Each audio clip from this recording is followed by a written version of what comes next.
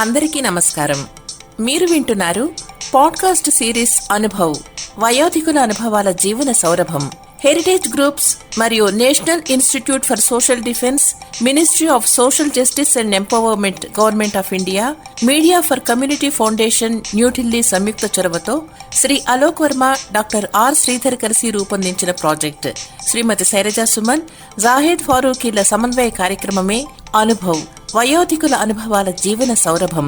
వైద్యులు, ఆసుపత్రులు, వృద్ధాశ్రమాలు, కార్యాచరణ కేంద్రాల వివరాలు అందించి న్యాయపరమైన మార్గదర్శకత్వంలో భావోద్వేగాలకు మద్దతునిస్తూ వృద్ధుల దుర్వినియోగం, నిరాశ్రయుడైన వృద్ధులను రక్షించడం వంటి వాటికి సంబంధించిన సమాచారం కోసం సీనియర్ సిటిజన్ల కోసం జాతీయ toll free helpline number 14567, toll free number మరొకసారి 145667ను సంప్రదించవచ్చు.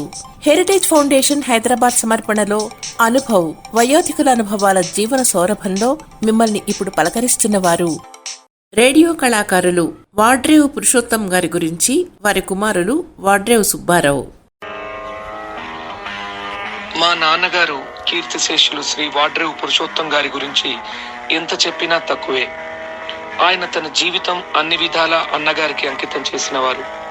అపర లక్ష్మణుడు. ఆయన ఉద్యోగం విషయానికి వస్తే విషయాలు కోకొల్లలు. ఆల్ ఇండియా రేడియోలో ఆయన ప్రత్యేక సృష్టి సంక్షిప్త శబ్ద చిత్రం.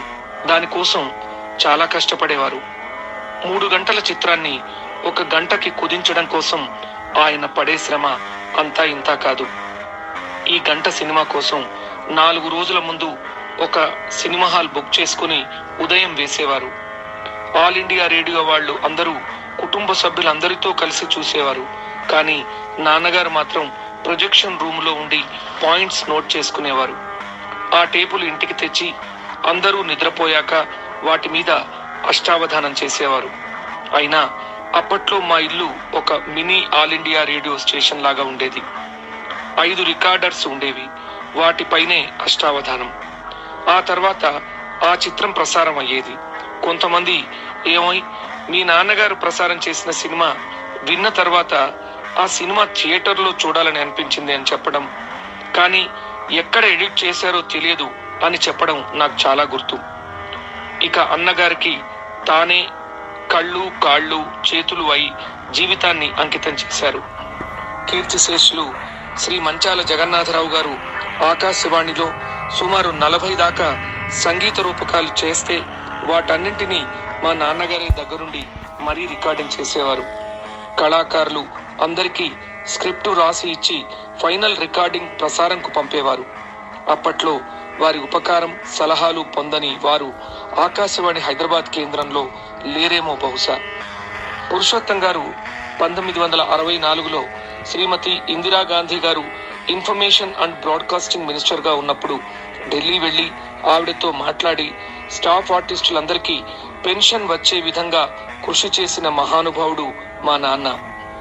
మంచాళ జగన్నాథరావు గారు ముద్రించిన సుమారు 29 సంగీత గ్రంథాలకు పురుషోత్తం గారే సంపాదకీయం నిర్వహించారు. కీర్తిశేషులు శ్రీ రావూరి భరద్వాజ గారు ఇంకా ఎంతో మంది గొప్ప రచయితల పుస్తకాలు ఇంగ్లీష్లోకి అనువాదం చేశారు. వీరు గొప్ప చిత్రకారులు కూడా. నిజంగా వారి పిల్లలం మేము చాలా అదృష్టవంతులం.